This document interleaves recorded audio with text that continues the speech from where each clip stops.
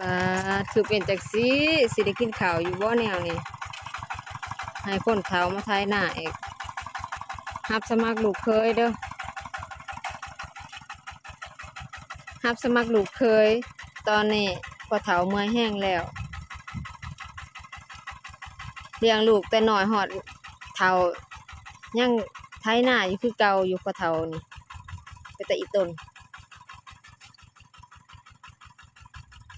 ผู้บ่าวก็บ่อยากคิดมาจีบแน่บ่เห็นว่าก็เด้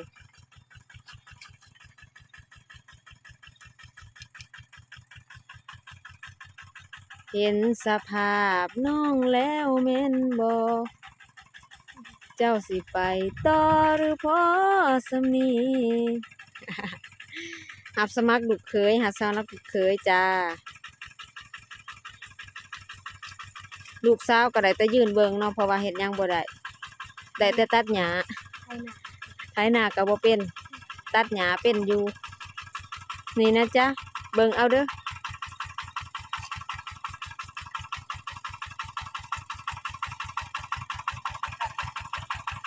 สิตกกะเนาะตัดหญ้าแล้วก็สิตกกะให้นี่จักสิเป็นตาตกอยู่บ่สิได้กินอยู่บ่เนี่ยนี่กะเพรานี่บ่ปาก รับสมัครลูกเคยเด้อ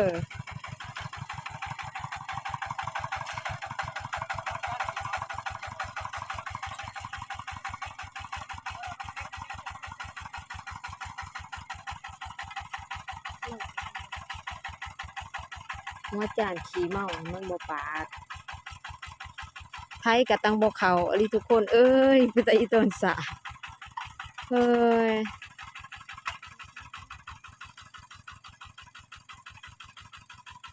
ตัดแล้วให้นี่นี่ให้ที่สองให้ที่สามยังให้ที่สี่เนาะเพราะว่าตกกะทุกปีต้องสี่ให้เพื่อเนาะเพื่อมันตายมันยังพักจักไว้ก่อนเนาะตอนนี้พักจักไว้ก่อนพักก่อนแน่เมื่อยตัดผู้เดียวสามให้บ่แม่นมันแป้นแล้วได้ทุกคนเบิ่งสภาพนี่เบิ่งสภาพนี่นี่ห้องตัดเมื่อกี้นี่ฝุ่นบ่ทันได้ตัด โอ้ยสภาพหน้า